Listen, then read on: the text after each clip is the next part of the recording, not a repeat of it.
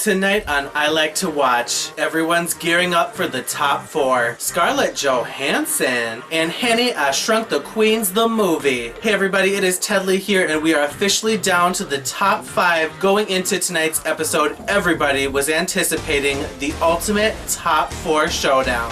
Drag Race time! This is an iconic top 5. It may have taken 378 episodes, but we're finally at the top 5.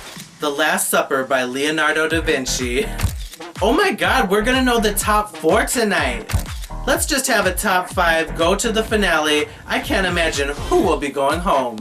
No matter what can be said about this season, like it's been going on 84 years, I don't know who is going to be on the bottom tonight. This is the most inconsistent bunch of queens ever. The queens were told that their challenge is to do the Henny, I Shrunk the Queens movie script, act it out, and choose the roles. And so as they were choosing, Kandy was absolutely sure who she wanted. Kandy was even ready to admit that, hey, she's a little delusional, so she deserved the role. She sure is delusional.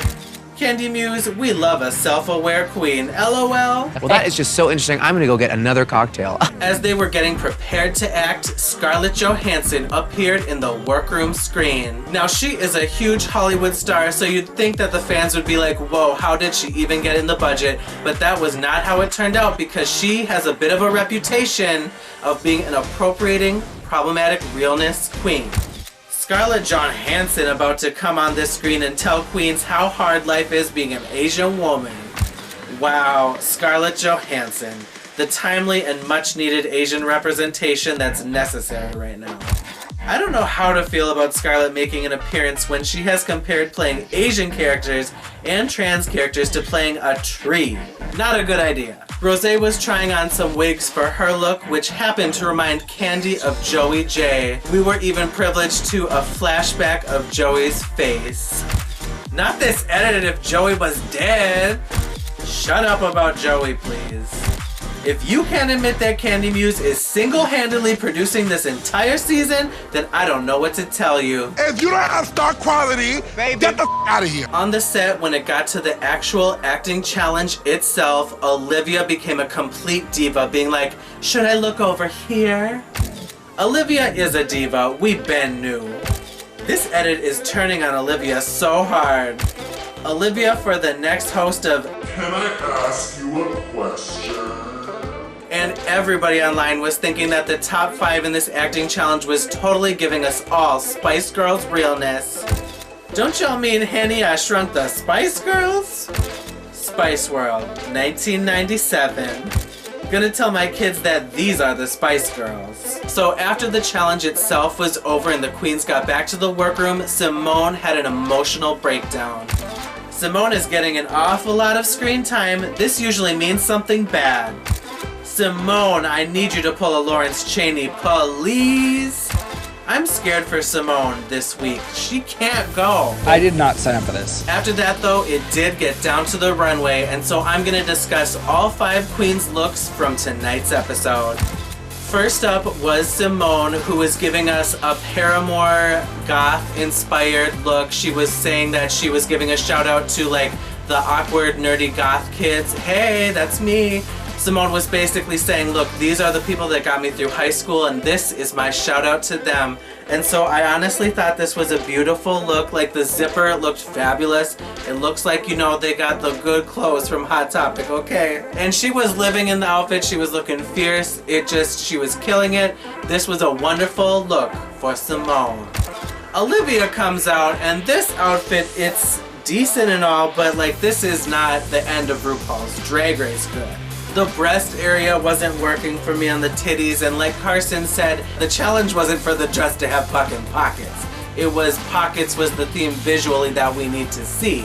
And so this outfit just didn't do it. And then came down Rosé, full stop bitch. This is the one, this is the look, this is what she has been holding on to this whole time.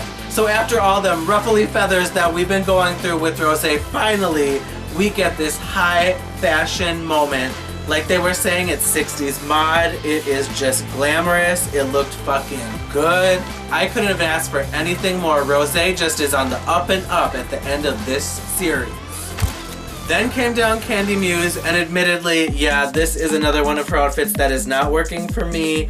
It looks a little too crafty, which is never a good phrase to hear on RuPaul's Drag Race, but this is definitely in the crafty category. It was a full look, and it was very colorful. It just like Olivia's, wasn't good enough for the end of the game here.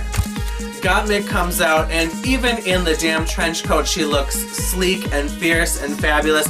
And then, of course, she flashes us all to show that she is the watch salesman from Hercules. And she basically has on the most glamorous outfit you've seen under it, so she's flashing us fashion, honey. But so, obviously, Gottmik, once again, killed it, slayed the house down boots. Yeah, bitch.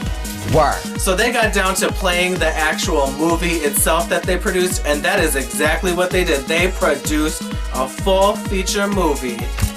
Is this the Snyder cut of this skit? Is that why this feels like 4 hours long?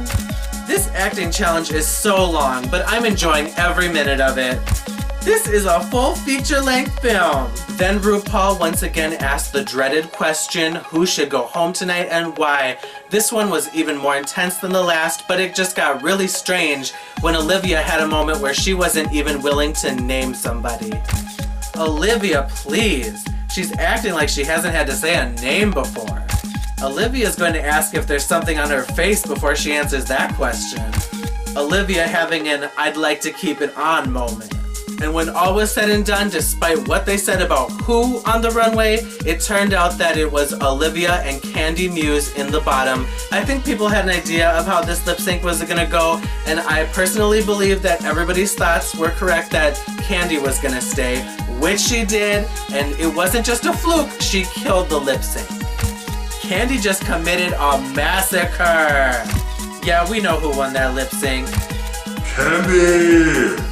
Alright everybody, so this has been a totally epic, dramatic episode.